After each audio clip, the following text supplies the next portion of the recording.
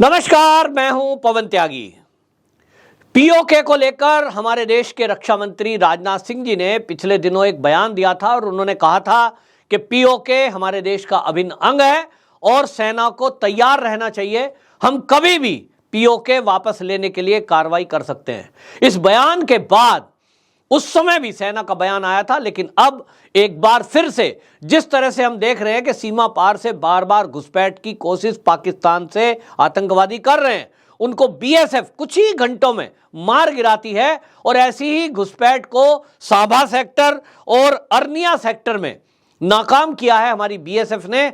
लेकिन अब इन सब चीजों को देखते देखते भारत के लोगों के अंदर गुस्सा पनप रहा है कि ये कब तक चलेगा, कि हमारी सेनाएं अब जब बर्फ पड़ने वाली है और ऊपर के कुछ एरिया में पड़ भी गई है, ऐसे में हर साल हम देखते हैं कि बर्फ पड़ने के पहले ये आतंकवादी भारत में घुसपैठ की कोशिश करते हैं और पाकिस्तान की सेना उनको कवर फायर देती है।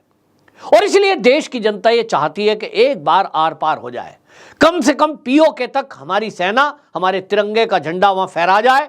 इसके बाद जो पीओके से बार बार ये अंदर घुसने की कोशिश करते हैं, वो एरिया भारत की सेना के कब्जे में होगा तो भारत की सेना और भारतीय सुख चैन से कुछ दिन रह सकेंगे।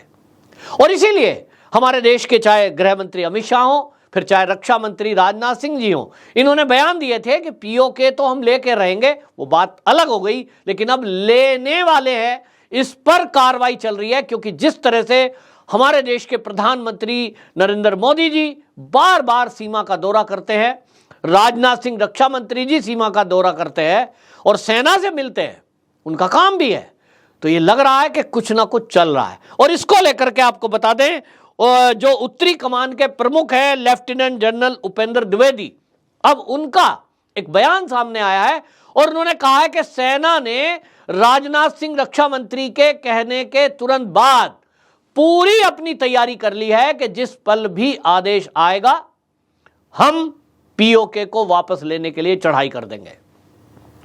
पाकिस्तान में इस बयान से खलबली मच गई है, लेकिन कुछ लोग ये सवाल कर रहे हैं कि आखिरकार ये होगा कैसे। तो जिन लोगों को ये लगता है कि होगा कैसे, वो ये लोग समझ लें कि भारत ने पाकिस्तान की सीमा में घुसकर जो सर्जिकल स्ट्राइक किया था, किसी को कानों कान खबर नहीं थी। और वो ऑपरेशन मोदी जी के नेतृत्व में, मोदी जी की निगरानी में दिल्ली से किया गया। हमारे अजीत डोभाल जी का कारनामा कमाल था और जिसके कारण एक बंदे को हमारे खरोंच तक नहीं आई और हम अंजाम तक उसको पहुंचाए आए जो लक्ष्य लेकर हम गए थे। हमारी सेना में वो काबिलियत है और आज हमारी सेना की ताकत कई गुना वो बढ़ गई है 2014 से, जब से मोदी सरकार आई है। क्योंकि अब हमारे पास राफेल है, अब हमारे पास बुलेट प्रूफ जैकेट हैं, अब हमारे पास बर्फ में चलने में पहनने वाले आधुनिक जूते हैं सेना के पास। इस समय हमारे पास ड्रोन है और S-400 प्रणाली है। यदि इसमें पाकिस्तान कुछ भी हरकत करने की कोशिश करेगा, मुंहतोड़ जवाब देने के लिए हमारी सेना तो हरदम तैयार बैठी है। हाँ, एक बात केवल आती है, वो है चीन। क्योंकि चीन ने बहुत मोटा इन्वेस्ट पीओके में किया हुआ है, तो सवाल उठता है क्या चीन पीओके में भारतीय सेना को घुसने देगा? क्या वो बीच में हस्तक्षेप नहीं करेगा? ये सवाल है। लेकिन इसमें सेना के जो एक्सपर्ट हैं, जो रिटायर लोग हैं, वो बताते हैं कि आज का जो माहौल है, इस माहौल को देखते हुए चीन को बंधन में डालने का काम भारत कर रहा है। और वो इसलिए है कि चीन की आज जो स्थिति है, चीन दुनिया में केवल अपना व्यापार बढ़ाना चाहता है, विस्तारवादी नीति उसकी है, दुनिया को कब्जा में करने के लिए उसकी नीतियां हैं। जैसे वो ताइवान में घुसा, जैसे वो जो समुद्र के एरिया हैं उसमें उसने बढ़ाई, अतिक्रमण किया, वहां उसने दखलंदाजी की, साउथ चाइना सी में उसने दखलंदाजी की, ये सब उसकी आदत है। लेकिन इस सब में अब जो भारत के साथ सब एकजुट होकर दुनिया के कई देश चीन की इस विस्तारवादी नीति के विरोध में आए हैं, कहीं ना कहीं अंदर एक समझौता हुआ है। भारत के साथ कई देश ऐसे मिले हैं जिन्होंने ये तय किया है कि अब वो चीन और अमेरिका जैसे देशों को भी कोई तवज्जो नहीं देंगे। क्योंकि जब रूस और यूक्रेन का युद्ध होता है तो हमने देखा है कि सब अपने अपने स्वार्थ में हैं और ऐसे में यह भी देखा है कि अपने देश पर जब पड़ती है तो सबको अपने आप भुगतना पड़ता है। केवल चीन हो या अमेरिका हो, रूस हो या कोई और देश हो, सब अपने मतलब से यानी बिजनेस से हथियार देते हैं और उसके बदले कुछ ना कुछ लेते हैं। तो चीन भी पाकिस्तान में जिस तरह से इन्वेस्ट कर रहा है, अब पाकिस्तान की हालत यह है कि एक तरह से पूरी तरह वो गिरवी रखा है, उसके पास कुछ है नहीं। इनडायरेक्ट रूप में अगर कहें तो अब चीन का पूरी तरह पाकिस्तान पर कब्जा है और वो हस्तक्षेप करेगा, लेकिन कब नहीं करेगा, जब चीन को भी दुनिया के वो देश घेर लेंगे जिनमें उसने अतिक्रमण किया हुआ है। और इसी में ताइवान, जापान, ऑस्ट्रेलिया, ये 3 देश ऐसे हैं कि जिस भी दिन चीन ने कोई हरकत करने की कोशिश की तो एक साथ 3-4 बॉर्डर उसके आसपास खुलेंगे, क्योंकि सबको इंतजार है कि चीन किसी देश से उलझे तो वो इकट्ठे होकर अपनी जमीन वापस ले। रूस जिस तरह से यूक्रेन में घुसा, शुरू में सबने उसको प्रतिबंधित करने की बात की, लेकिन रूस ने बता दिया कि ये मेरी जमीन है, अतिक्रमण करके अलग बना दिया, हमें मंजूर नहीं है, हम अपने टुकड़े को वापस मिलाएंगे और उसके लिए कोई प्रतिबंध लगाता रहे, हम किसी की सुनेंगे नहीं। तो आज नतीजा है, आप देख लें कि रूस की सेना यूक्रेन में कहां तक घुस सकी है। उसको लेकर अमेरिका के अब तो मंत्री भी बोल रहे हैं कि साहब अब रूस को वापस निकालना संभव नहीं है। तो भारत भी अपने आप को मजबूत करके, अपने पैरों पर खड़ा होकर, और प्रतिबंध यदि कोई लगा देता है उसके बावजूद भी वो अपनी स्थिति मजबूत करने में इसलिए लगा है कि यदि किसी देश ने प्रतिबंध लगाने की कोशिश की तो हम इस लायक हो जाएं कि उन देशों से हमारा कोई कांटेक्ट ना हो। और प्रतिबंध कौन लगाएगा? तो पाकिस्तान पे यदि हमला होता है तो ऐसे में अरब कंट्रियां कुछ प्रतिबंध लगा सकती हैं। अरब कंट्रियों की बात करें तो सबसे ज्यादा तेल वहां से आता है, तो क्या तेल हमारे भारत में आना रुक जाएगा? उसका सब्स्टिट्यूट भारत ने खोजना पहले से ही शुरू कर दिया। आज जो बैटरी की गाड़ियां चल रही है वो इसी कड़ी का एक हिस्सा है, सरकार की योजना का हिस्सा है कि आज नहीं तो कल ये हमें आर पार की लड़ाई पाकिस्तान से जब करनी पड़ेगी तो हो सकता है देश भारत पर कुछ प्रतिबंध लगाएं, हमें तेल ना दें। उस स्थिति में भारत क्या करेगा? तो बैटरी की गाड़ियां चल रही है, बैटरी की बाइक चल रही है, बैटरी का स्कूटर चल गया है और इसी को सरकार बढ़ावा दे रही है। उत्तर प्रदेश सरकार तो 1 लाख रुपए सब्सिडी दे रही है और ये सारी सरकारों को आदेश दिया गया है केंद्र के द्वारा कि अब इसको बढ़ावा दिया जाए। और इसी में रूस से भारत तेल ले रहा है, तो रूस पुराने मित्र की तरह उसको तेल दे रहा है।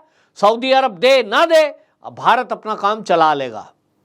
और तो और भारत ने तो इस तरह के रिश्ते रखे कि रूस से तेल ले रहा है और अमेरिका को वो महंगे दर पर दे रहा है।